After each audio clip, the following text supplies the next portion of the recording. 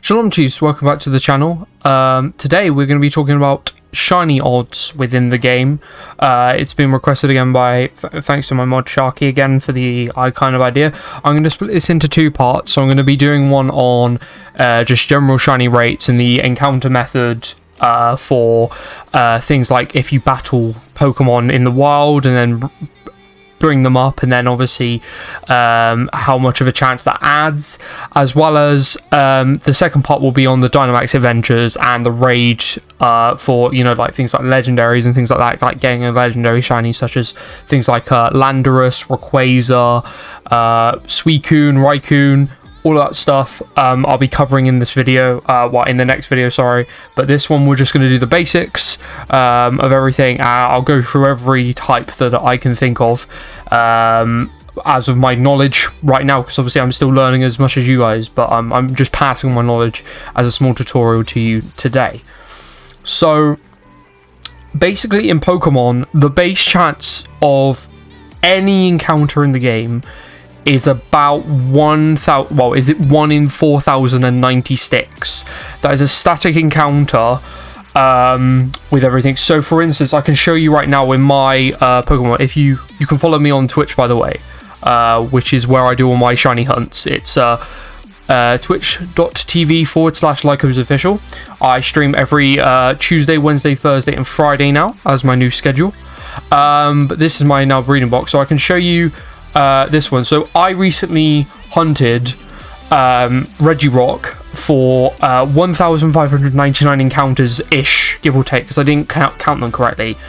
But with the Regi encounters within the Crown Tundra, they're the same. They're called what's known as static encounters. So, you know, they're just like normal ones. They don't get affected by any kind of other rates or anything like that, like the battle method or things like that I'm going to cover a little bit later in this video.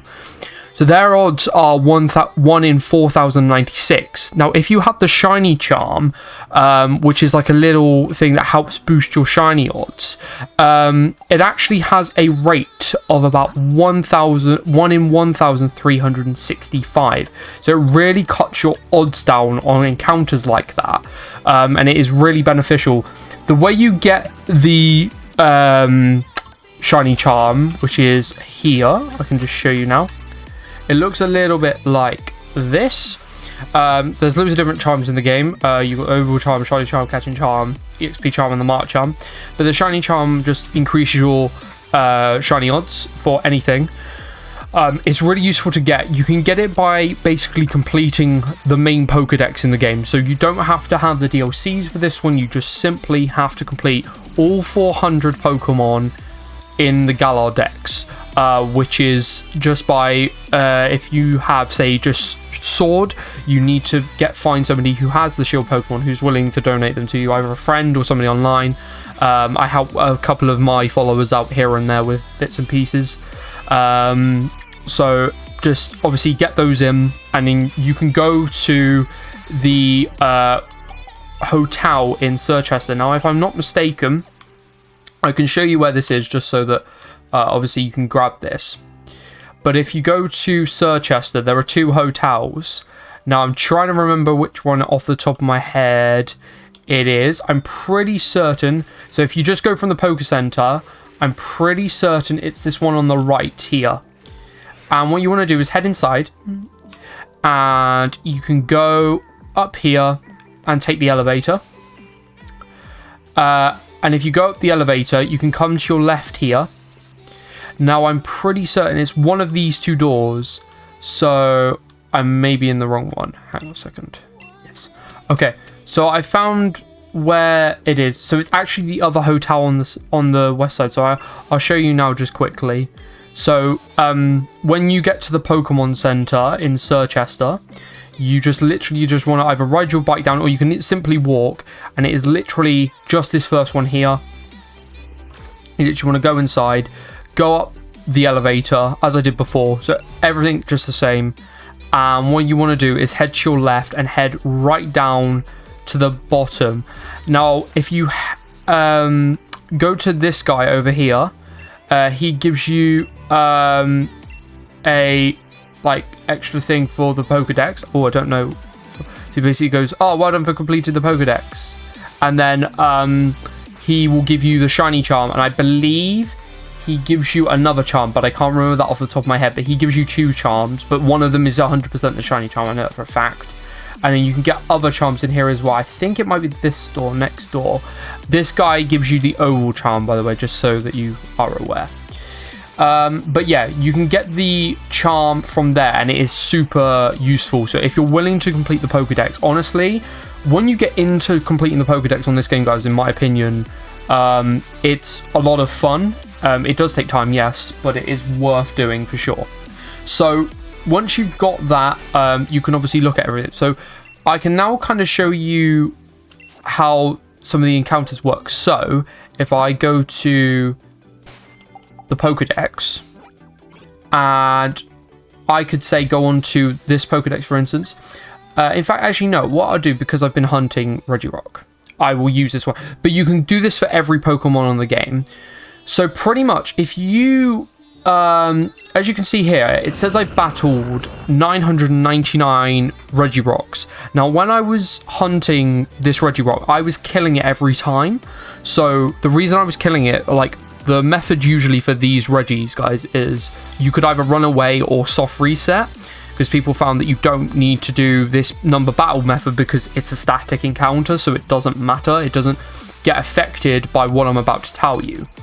But I did it purely for XP basis, because these are level 70 Pokemon. When you encounter them, they're really good for XP. So if you're trying to battle ready Pokemon, or BR Pokemon, as I call it, for short, they are very good for XP for doing that. So I'd highly recommend it until you get to the point where you don't have battle ready Pokemon anymore, like to sort out, and then obviously just do the method that you've kind of seen online elsewhere.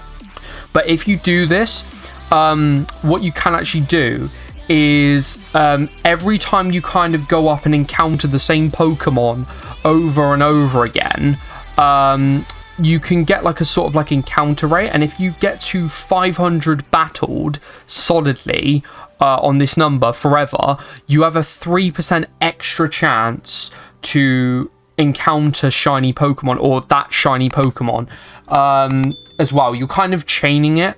It's a weird method, especially, and I'm pretty sure you can't encounter other Pokemon. So let's say, for instance, one I can think of off the top of my head was A-Drive was shiny hunting or wild hunting shiny Shinx to get Luxray. And basically, if he ran into, I know around that area, say for instance, he ran into the Lycanroc, the Midnight Lycanroc, it would break the chain if he actually battled it. So he can't do that. So it's best to just kind of stay away from that. I mean, it's a very effective method in some cases if you can stay away from things and just battle that said Pokemon that you're trying to go for. But apart from that, I wouldn't, you know, bother with that so much. It's just it may be worth doing if you're looking for a different method onto different pieces as well. So the other method you can also do is called the Masuda Method in breeding for shiny hunting, which I'm currently doing on the channel. I'm currently shiny hunting a shiny Riolu for the channel, because it is the mascot of my channel, because my favorite Pokemon of all the gens is Lucario. I absolutely love the guy. I can't show you everything right now because I'm actually shiny hunting it, and they're in the pose right now. But if you watched my breeding video, you'll know that I kind of went over this pose. So basically what you can do with the Masuda Method is, if you take a Ditto that isn't of your language. So for instance, I'm English. So if I took a French Ditto, and I believe the Ditto I use is French, and bred it with a Pokemon that I caught. So for instance, to get Riolu, I need to breed a Lucario with my Masuda Ditto or my foreign Ditto, and I have an increased chance of getting that shiny. So my odds are now 1 in 512 of getting that, 1 in 512 to get the shiny Riolu, basically. So it heavily increases your chances of getting that shiny. It's a really big method to use to get a lot of Pokemon. So it's just a case of whether you want to just ride up and down this area a lot and then just come back and forth. So usually what I have to do is, like, when I am doing a set, you usually have to ride down here and then come straight back and then go all the way back to the lady outside of the branch out of the nursery, the daycare center, and then I'd pick up an egg and then go again and do exactly what I just did and repeat that process. And then by that time she's back in this pose, which means there's an egg for me, and she would be ready to give me another one. And you just keep going, and then obviously resetting and counting how many times if you're interested in that for the egg as well. So that method, in my opinion, is a lot more straightforward.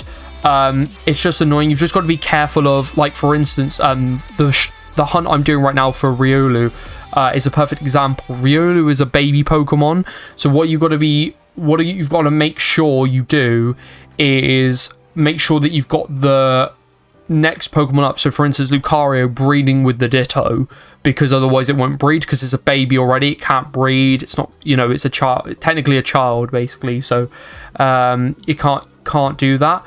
But the actual method is pretty straightforward.